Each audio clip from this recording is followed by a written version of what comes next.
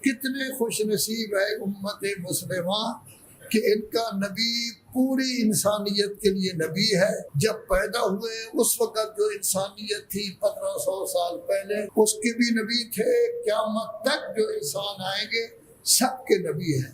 اسی واسطے آپ کا درجہ باقی امتوں سے بہت زیادہ ہے۔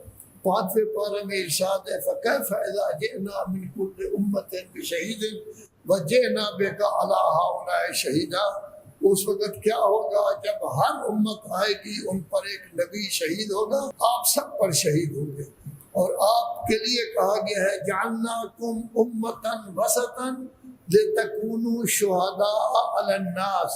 آپ کو اللہ نے امت وسط بنایا ہے، معتدل بنایا ہے، متوازن بنایا ہے، افراط نہیں، تفریط نہیں۔ نہ بہت غصے والے ہیں کہ بالکل کسی کی بات نہ سنیں، نہ بہت نرم ہیں کہ کمزور ہو کر رہ جائیں، بلکہ امت وسط ہیں لتکونوا شہداء علی الناس، تاکہ آپ سب لوگوں پر شہید، پوری انسانیت کی شہادت آپ بھی دیں گے اور تمام انبیاء کی شہادت رسول اللہ بھی دے گا۔